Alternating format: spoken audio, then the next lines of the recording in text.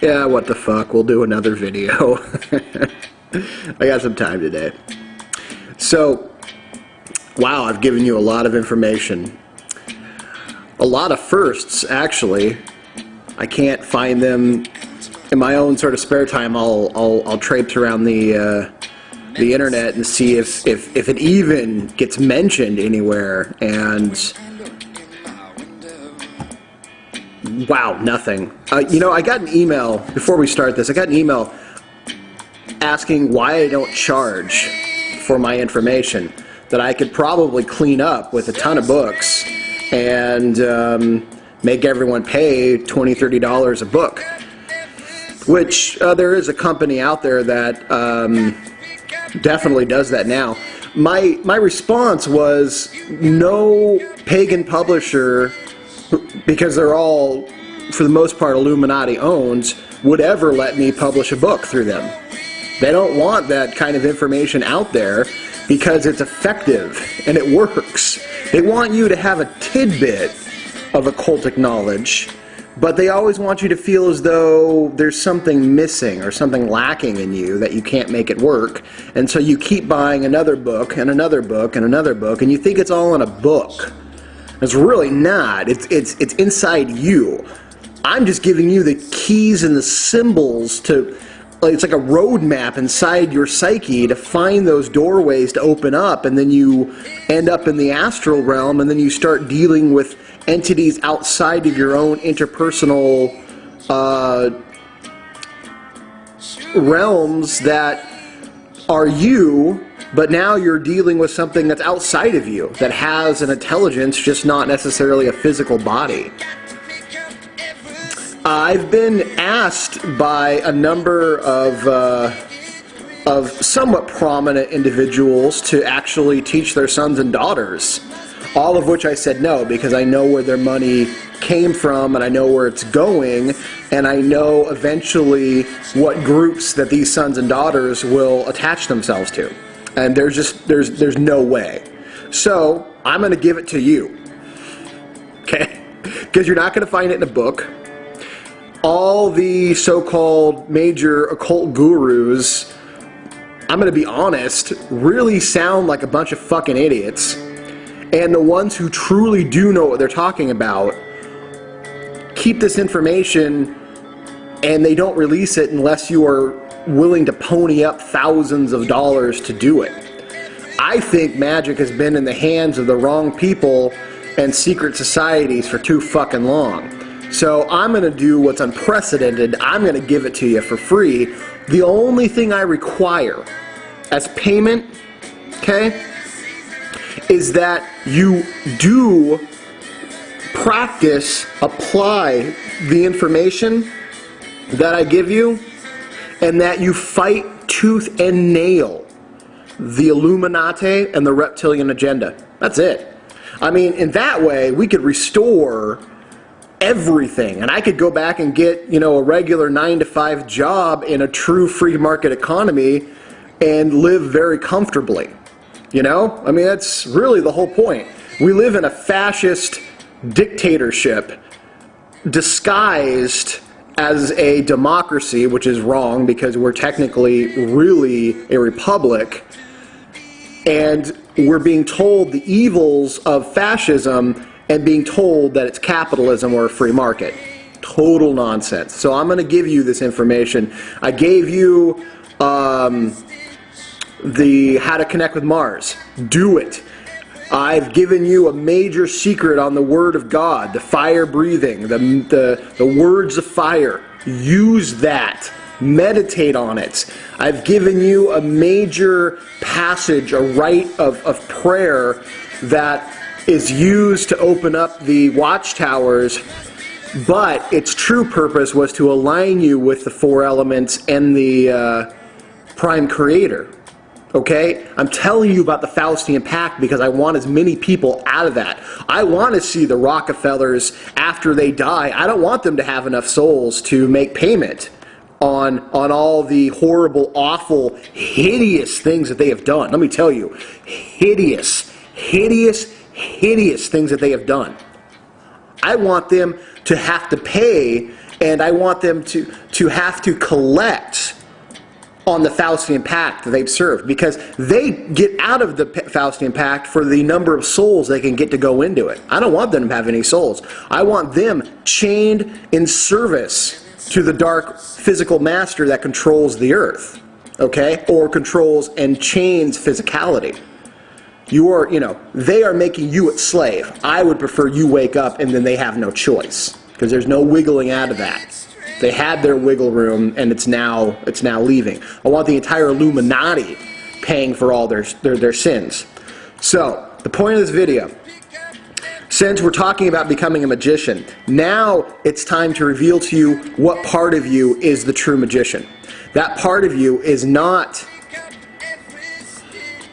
Let me backtrack.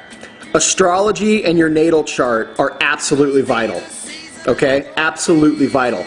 Because they will tell you what planetary energies you are born with and on what planetary spheres how you are seen. So let's just say I have Cancer in my Jupiter. Okay? That's how I'm seen. I'm a fourth level in that place as a Cancerian within the planetary realm of Jupiter, and that's really where a lot of my knowledge and my position in this physical world came from. There's other things about it too, but you will find out more about that as you delve into your astrological chart. The one thing I need you to begin to do is learn that you perform magic from your moon sign. Your moon sign is the side of you that controls and performs your magic or your ritualism. You become the magician of your moon sign. Okay? So for me, my sun sign is I'm a cusp. I'm a Taurus Gemini cusp. Okay? I'm disgustingly Taurus in everything. Physicality, personality for the most part, really marred in there with a lot of Gemini aspects. But my moon sign is Scorpio. So my magic, because magic comes from your sexual prowess, okay? It comes from your sexuality, your masculinity, your femininity, and how you express sexually. It's doubled for me because that is what Scorpio represents, and it is also my moon sign. So it's time for you to begin learning everything you can about what your moon sign is. What colors are associated with it, what planet is associated with it, what gemstones are associated with it, what stories are associated with it, what legends, what gods, what deities, what spirits, everything in the realm of your astrological moon sign.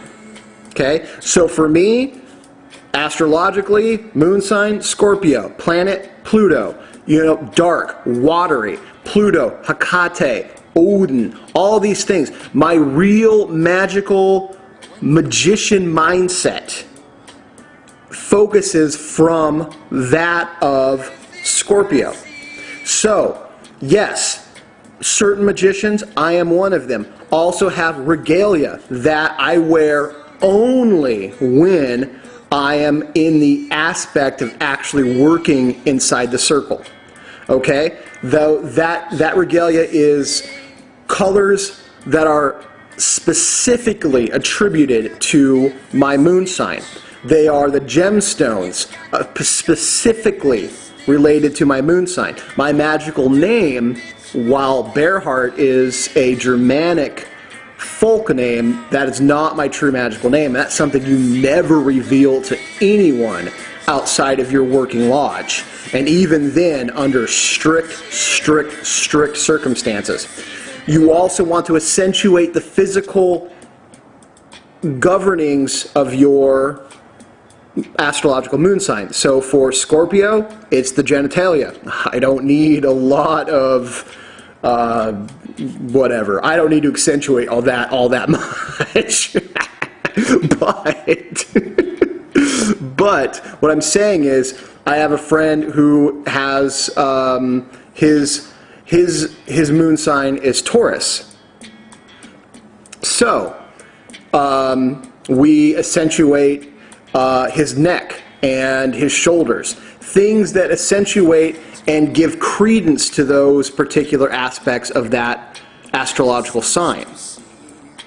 You begin to cultivate a magical personality, a personality that you become based on your moon sign when you enter into the circle to perform real magic, to perform conjurings, to perform anything big. I have my usual attire that I'll do when I'm not necessarily really wanting to get into my magical personality because it's heavy. My magical personality is very heavy, and other people have pretty heavy magical personalities too. And it's something it takes a day or two to really come out of. So when I'm doing the heavy stuff, I get into this. But even when I'm not, and I need to shift over to a magical thinking anyways, I find that it's instantly there. So you need to begin to cultivate a personality that you don't put on until you absolutely have to, and when you're done, you take off. The danger of a magical personality, and Aleister Crowley is absolutely perfect for this. Aleister Crowley became his magical personality, and you know, outside of also being a pedophile, an egomaniac, a rapist, and a number of other things that he was, he also decided that he was ultimately superior and tried to take on a couple major spirits that really put him in his place really quick, and he died. I mean, done. I mean, thank you, those spirits, for eliminating such a scumbag. But like I said, your magical personality is very, very important. So I'm introducing this idea. If anyone out there needs help with this, let me know, and we'll find out your moon sign for me. We'll talk about the kind of things that you would like to accentuate with your magical personality. I really think it's something you should very much look into. It'll help you cultivate a real sense and presence. The more confidence that you have in being a magician, the more effective you will be. So there's some homework. Look into your moon sign, find out its associations, and then begin to cultivate a name, a personality, and even a look that you would have. If you need help, let me know.